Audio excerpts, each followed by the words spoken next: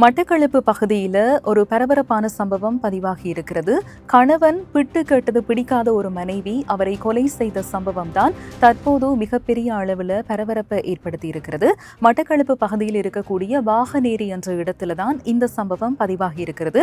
வேலையெல்லாம் முடிச்சதுக்கு பிறகு கணவன் தன்னுடைய வீட்டுக்கு போய் அதிகமான பசி இருக்கு அப்படின்றதால தன்னுடைய மனைவிட்ட பிட்டு சமைச்சு தாங்க அப்படின்னு சொல்லி கேட்டிருக்கிறார்.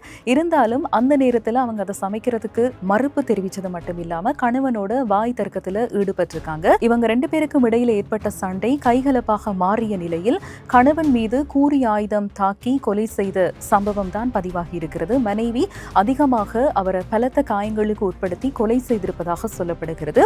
இதுக்கு பிறகு மனைவி வாழைச்சேனை பகுதியில் இருக்கக்கூடிய காவல் நிலையத்தில் நேரடியாகவே போய் தன்னுடைய கணவனை கொலை செய்து விட்டதாகவும், பிட்டு சமைச்சு கேட்டதுக்கு நான் அதுக்கு சமைச்சு கொடுக்கல அப்படின்ற ஒரு காரணத்தினால ஏற்பட்ட பிரச்சனையால தான் இந்த கொலையை புரிந்ததாகவும் வாக்குமூலம் வழங்கி இருக்கிறாங்க.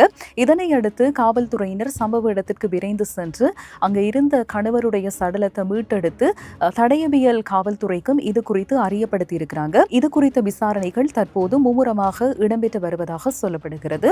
வீட்டில் இருக்கக்கூடிய சின்ன சின்ன விஷயங்கள்ல வரக்கூடிய சண்டை பிற்பட்ட நாட்களில் கைகலப்பாக மாறி இந்த மாதிரியான கொலை சம்பவங்கள் அதிகமான இடங்கள்ல பதிவாகி வரக்கூடிய நிலையில சாதாரணமாக ஒரு வீட்டுல பிட்டு கேட்டதுக்காக ஒரு கொலை இடம்பெற்றிருக்கின்றது. அதுவும் மனைவி கணவனை தாக்கி கொலை செய்த சம்பவம் அப்படின்றது நிச்சயமாக எல்லார் மத்தியிலையும் ஒரு பேசு பொருளாக இப்ப மாறி இருக்கு.